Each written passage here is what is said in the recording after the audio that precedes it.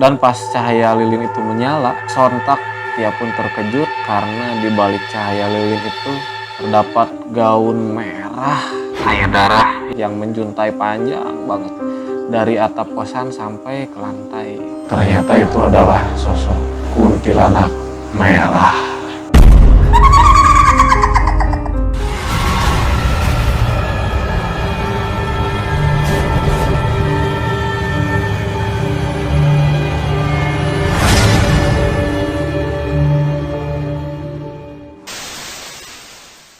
Assalamualaikum warahmatullahi wabarakatuh. Guys, jumpa lagi dengan gua Riko di acaranya Ngoper, ngobrol pengalaman real. Hari ini gua kembali akan menceritakan salah satu pengalaman dari seorang narasumber, tapi karena dia ada hambatan, dia juga nggak bisa kesini ya. Dan dia juga perempuan, gak enak juga jam segini kesini. Tapi gue udah nerima kok cerita dari dia kayak gimana. Oke, by the way, lu ada gak sih yang pernah ngerasain lu tinggal jauh dari rumah, misalkan lu tinggal di luar kota, dan lu udah capek-capek tuh nyari kosan, tapi ternyata yang lu dapetin kosannya itu adalah kosan horor. Kosan horor. Dengerin ceritanya. Waktu itu ada seorang perempuan, gue sebut dia namanya Tia. Jadi Tia ini merantau dari kota Bogor. Dia seorang pegawai bank swasta dan dia merantau ke Kota Kembang karena dia dipindah tugaskan di Bandung. Dia waktu itu bersama teman-temannya dicariin kosan karena itu dadakan, jadi ya mau nggak mau juga Tia harus cepet-cepet ada kosan buat dia tinggal. Beberapa rekomendasi udah Tia samber-samberin dan belum ada yang cocok juga. Namun setelah 2 hari mencari, ternyata di hari yang ketiganya ada satu kosan. Letaknya sih sebenarnya agak jauh dari kantor. Cuman nggak tahu kenapa, jadi Tia tuh pas datang ke situ nyaman banget. Jadi hawanya tuh memang sejuk kalau di siang hari karena dia banyak tumbuhan, banyak pohon juga. Walaupun mungkin kalau malam agak serem sih kayaknya. Nah, Tia pun memutuskan untuk yaudah deh, gue di sini aja deh nggak apa-apa katanya. Kalau masalah ke kantor kan masih banyak ojek online. Nah, setelah Tia memutuskan di situ, Tia pun mulai beres-beres kosannya dan kebetulan kosan Tia itu terletak di lantai 2, guys. Lantai 2 kosannya itu ada sekitar 8 kamar katanya. Sebenarnya si kosannya itu penuh ya. Jadi bukan kosan kosong. Dan itu salah satu alasan kenapa Tia mau tinggal di situ karena memang semuanya banyak penghuninya. Jadi dia nggak ngerasa takut lah. Setelah Tia beresin kosannya sama temennya, Tia pun berbelanja tuh kebutuhan sehari-hari dan mau menuhin isi kamarnya karena Tia juga cuman bawa baju doang waktu itu. Waktu itu setelah Tia belanja, dia balik lagi ke kosan berdua sama temennya, ngobrol-ngobrol sedikit sama penjaga kosan yang kebetulan waktu itu juga kosannya dia ada satpam sendiri tuh. Jadi memang lingkungan kosannya lumayan mewah waktu itu. Ngobrol-ngobrol bincang sedikit dan setelah larut malam Tia pun juga sama temennya pamit tuh. Jadi dia kembali ke kamar. Waktu itu Tia ngajak temennya tinggal di situ untuk 1 malam karena Tia masih karena tempat baru ya, jadi dia butuh temen lah buat malam pertamanya. Sama perempuan juga. Nah, setelah menginap, dirasain sama Tia juga nyaman-nyaman aja kok katanya. Nggak ada gangguan apapun atau nggak ngerasa takut atau apapun. Setelah pagi harinya Tia kembali bekerja seperti biasa. Dan selang 1 minggu dari situ juga nggak ada apa-apa. Nah, tempo hari Tia mendapatkan 1 nasabah. Nah, karena Tia itu dia bekerja sebagai customer service ya, jadi dia sering ngobrol-ngobrol kan sama customer. Nasabahnya itu bercerita tuh sama Tia. Katanya, maaf Mbak katanya, saya datangnya agak telat soalnya tadi malam saya nggak bisa tidur katanya. Maklum Mbak, daerah saya memang agak-agak angker gitu. Ada kosan gak enak banget katanya. Tiap malam tuh ada aja godaannya katanya. Padahal sebelum dibangun tuh nggak pernah ada masalah-masalah kayak gini katanya gitu. Dia pun bertanya dong, refleks ya. Memang Bapak tinggalnya di mana Pak? Saya tinggal di situ Mbak, di nah dekat kosan situ. Nah kebetulan dia pun ngejawab tuh, oh saya juga daerah situ Pak. Memang sebelah mana Pak kosannya? Nah setelah dijelasin tuh sama si bapaknya, ternyata memang kosan itu persis banget tanda-tandanya, ciri-cirinya, patokannya segala macam sama kosan yang Tia tinggalin waktu itu. Nah di situ Tia agak penasaran sebenarnya, apa jangan-jangan kata dia itu adalah kosan yang buat tinggalin kata Tia. Singkat cerita, Tia pun beres kerjaan dan dia pulang sekitar jam 7:30 malam. Entah kenapa, entah sugesti atau apa. Jadi sebelumnya nggak pernah ada apa-apa, cuman pas malam itu Tia pun di situ di dalam hatinya bergumam sih sebenarnya. Kok keeng ya kan? Keeng tuh apa ya? Takut. Nah, Tia pun nyampe tuh ke kosannya. Disapa lagi sama satpamnya. Cuman entah kebetulan atau apa, di situ tiba-tiba ada yang lagi kumpul tuh di bawah. Jadi Tia tuh kan kamarnya di lantai 1. Di lantai bawahnya lagi pada kumpul tuh sekitar 4 orang dengan kamar yang berbeda. Tia nanya dong ke satpam, ini ada apaan Pak? Kok pada kumpul di bawah ramai tumben katanya. Satpam itu bilang kalau nggak ada apa-apa Mbak katanya. Cuman tadi ada yang kerasukan katanya. Oh kata Tia. Di situ Tia baru ngeh.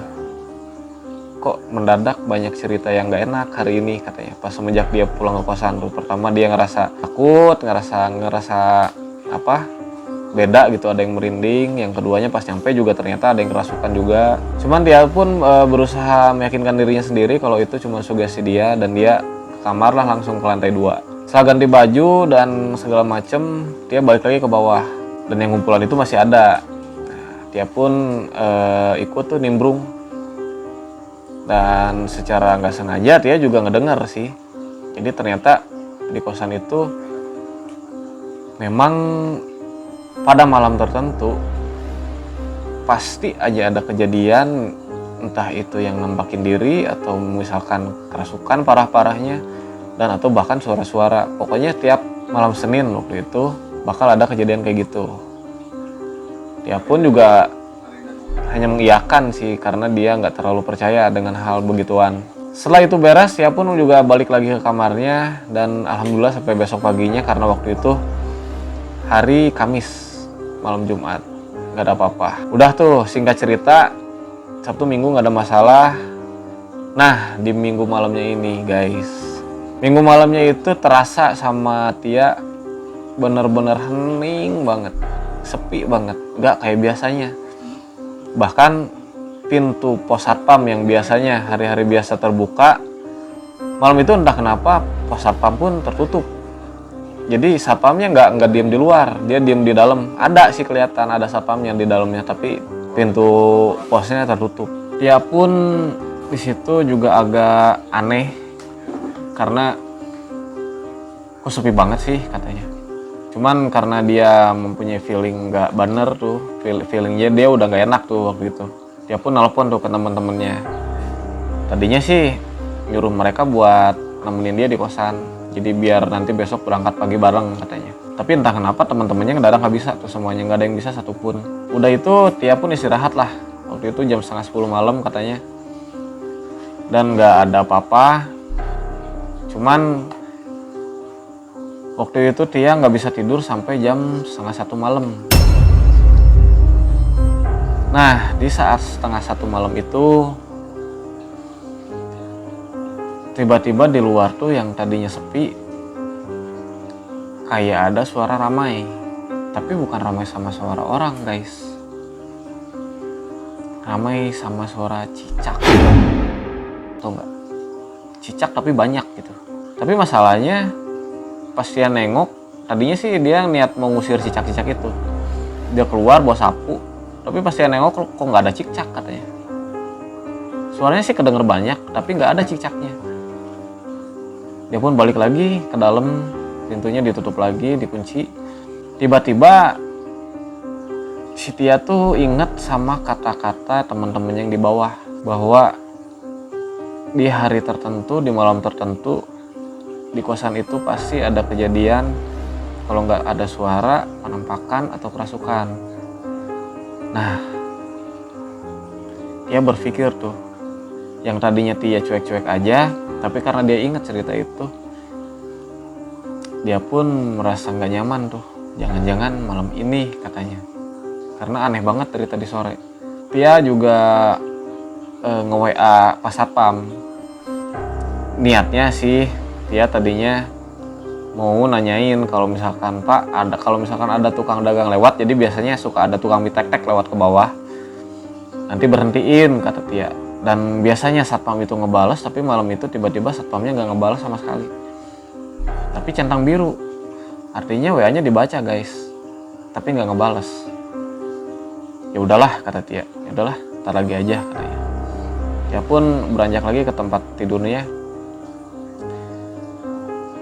Di malam yang bener-bener hening itu, Tia bener-bener diganggu sama suara cicak yang bener-bener rame banget.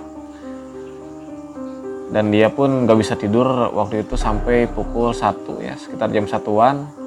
Nah, yang tadinya suara cicak itu di luar, tiba-tiba sekarang suara cicak itu ada di dalam kamarnya.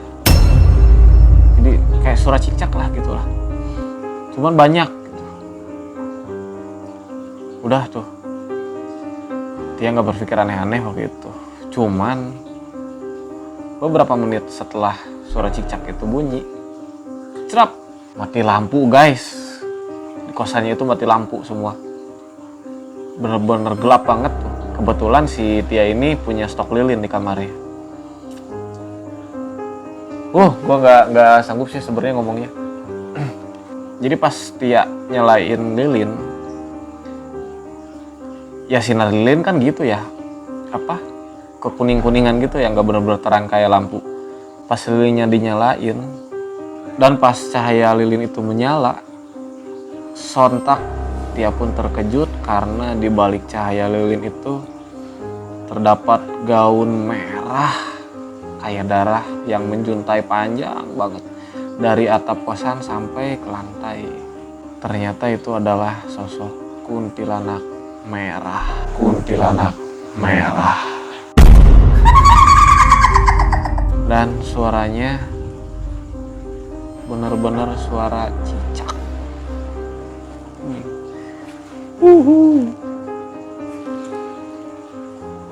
Udah tuh,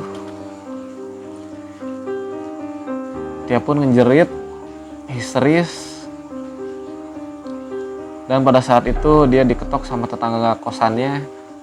Dia pun dibawa ke tetangga kosannya, ke kamar sebelah, ditenangin, dikasih air sampai dia tertidur beristirahat. Sampai keesokan harinya Tia pun diceritain, karena memang katanya di kosan itu setiap malam Senin pasti ada kejadian, entah itu penampakan atau suara. Itulah alasannya kenapa sampai satpam pun gak berani keluar pos setiap malam Senin. Tia pun di situ baru percaya. Tapi karena Tia udah nyaman juga, tanggung nyaman di kosan itu, Tia pun sampai sekarang pun malah masih kosan di situ, masih ngekos di situ. Tapi dengan catatan setiap malam Senin Tia pasti tidur lebih awal. Jadi dia nggak ngelewatin tuh malam-malam seremnya. Selesai guys. Nah guys, sekian cerita dari gua hari ini. Jadi buat lo yang kos, hati-hati tuh suara cicak. Gua pamit undur diri. Jaga kesehatan buat lo semua. Semoga semuanya dikasih kesehatan dan keselamatan. Amin ya rabbal alamin. Assalamualaikum warahmatullahi wabarakatuh.